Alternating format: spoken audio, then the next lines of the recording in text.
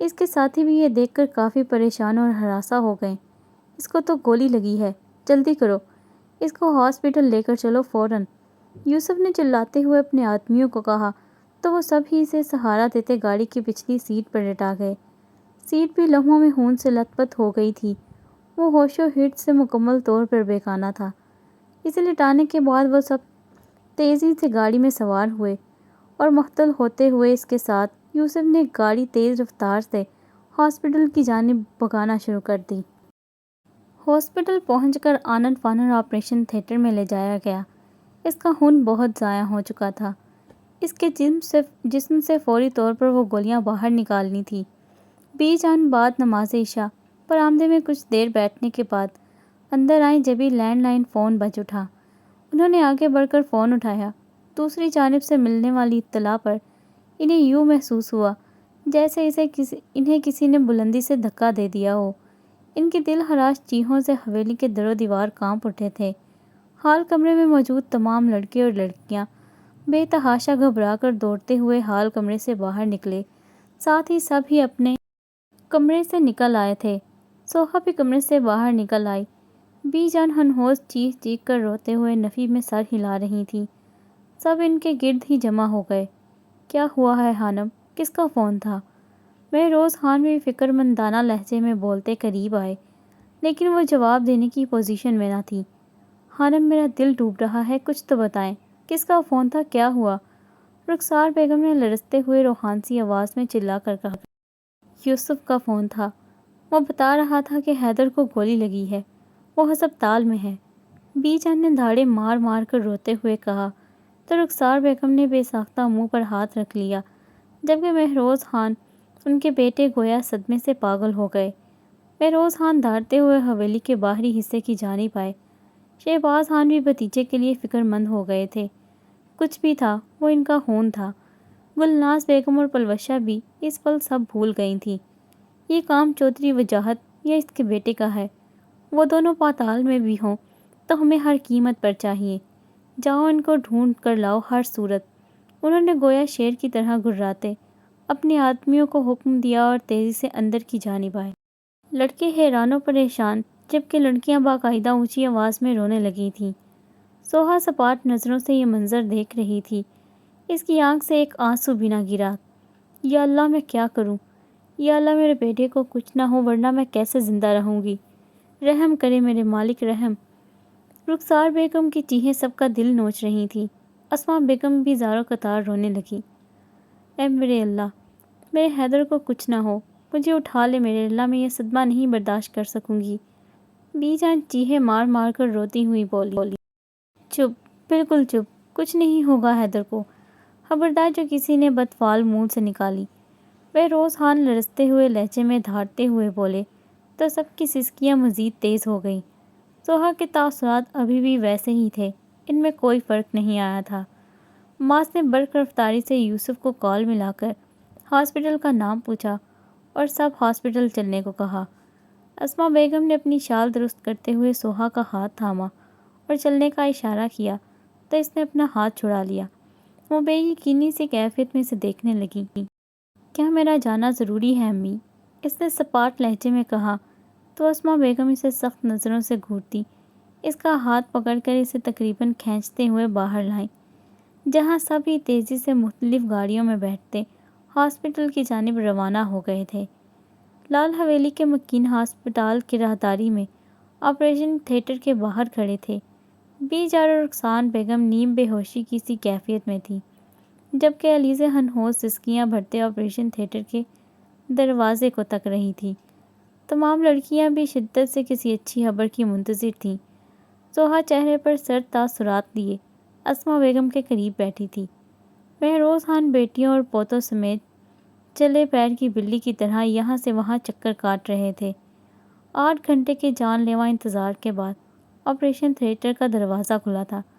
وہ سب بے قرارانہ انداز میں ڈاکٹر کی جانب لپ ان کا خون بہت ضائع ہو گیا ہے، جس کی وجہ سے انہیں اب تک ہوش نہیں آ سکا۔ نہایت افسوس کے ساتھ آپ سب کو یہ بتانا پڑ رہا ہے کہ ان کی ایک ٹانگ اور ہاتھ میں فریکچر ہو گیا ہے، کیونکہ اس میں 2 گولیاں لگی ہیں۔ اس کے ٹھیک ہونے کے بس 50% ہی چانسز ہیں۔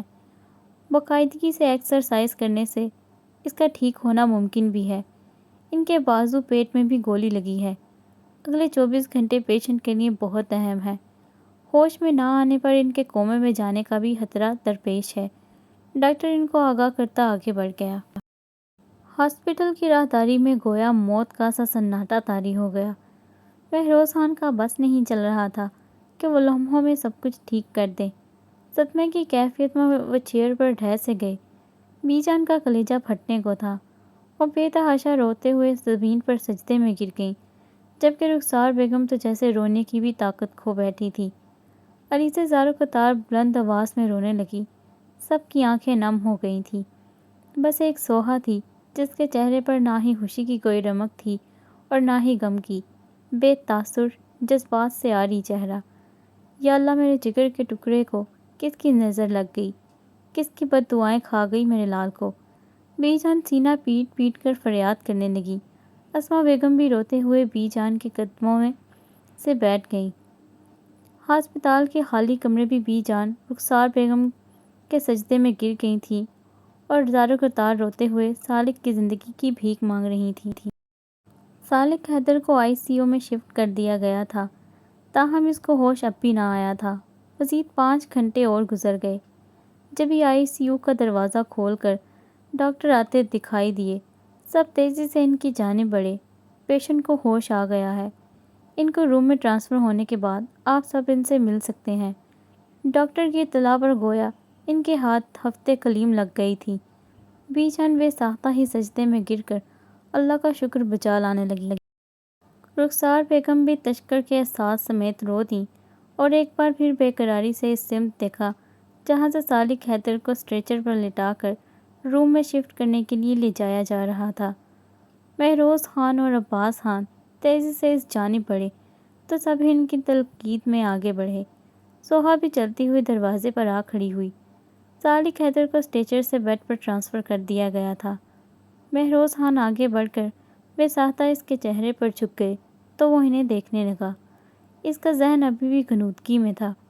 میرا بچہ، میرا حیدر، تو نے بہت تڑپایا ہے۔ بی جان روحانسی ہو کر بولتی، اس کی پیشانی چوم گئی۔ رخسار بیگم بھی بیٹے کے بالوں میں ہاتھ پھیرتی بے آواز رو رہی تھی۔ برخوردار، بس جلدی سے اچھے ہو جاؤ۔ ایسے بستر پر لیٹے لیٹے ہمارا پوتا بالکل بھی اچھا نہیں لگ رہا۔ مہروز خان نے نم آنکھوں سے اس کے بالوں میں ہاتھ پھیرتے ہوئے کہا، حیدر، تم بنا آدمیوں کے، بنا کسی ہتھیار کے ایسے کیسے جا سکتے ہو بیٹا؟ اور کون تھے وہ لوگ، نام بتاؤ۔ عباس خان غصے سے بولتے قریب آئے۔ چودھری ہاشم اور اس کے آدمی تھے، اس نے آہستہ آواز میں کہا، تو مہروز خان سمیت وہاں موجود مرد حضرات کا خون ہول اٹھا۔ چودھری ہاشم کو عبرتناک سزا ملے گی، ایسی سزا کہ اس کا خاندان تاعمر بھگتے گا۔ مہروز خان گرراتے ہوئے بولے۔ ساتھ ہی سے دیکھا تو وہ آہستگی سے اپنا پاؤں سیدھا کرنے لگا ہی تھا کہ اسے احساس ہوا کہ اس کا ایک ہاتھ اور پاؤں بالکل بھی حرکت نہیں کر رہا۔ اس نے دوبارہ وہی امر دہرایا مگر بے سود۔ اس نے وحشت زدہ نظروں سے سب کو دیکھا اور پھر اسی وحشت سے مہروز خان کو دیکھا۔ دادا سائیں، میرا ایک ہاتھ اور پاؤں حرکت کیوں نہیں کر رہا؟ وحشت زدہ لہجے میں بولتے وہ اٹھنے کی کوشش کرنے لگا کہ مہروز خان نے اسے پکڑ کر زبردستی لٹایا۔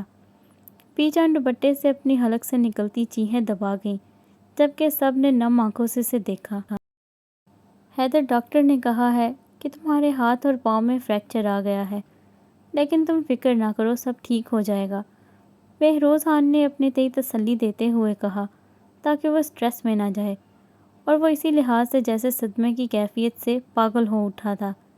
نہیں دادا سائیں، یہ نہیں ہو سکتا، یہ قطعی نہیں ہو سکتا۔ خدا کے لیے کہہ دے یہ مذاق ہے۔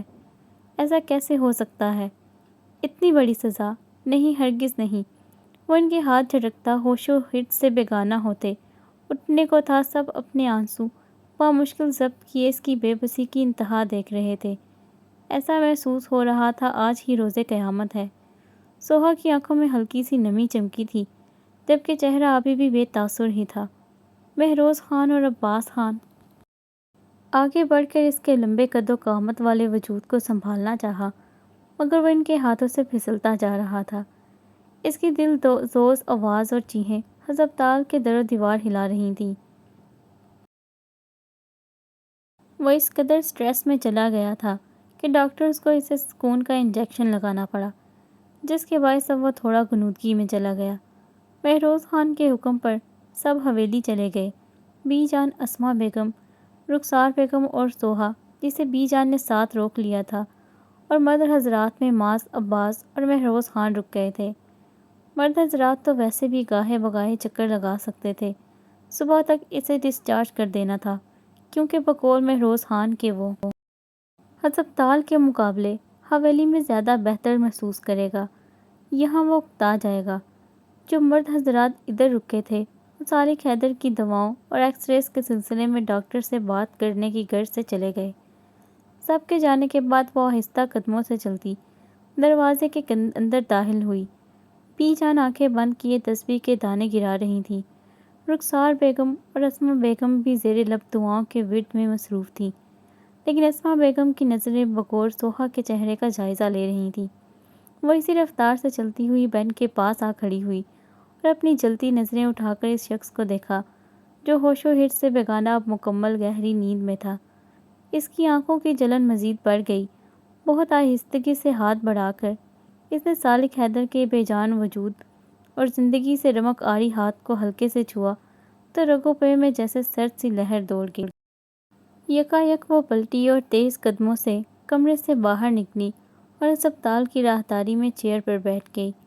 دماغ میں آندیاں سی چل رہی تھی۔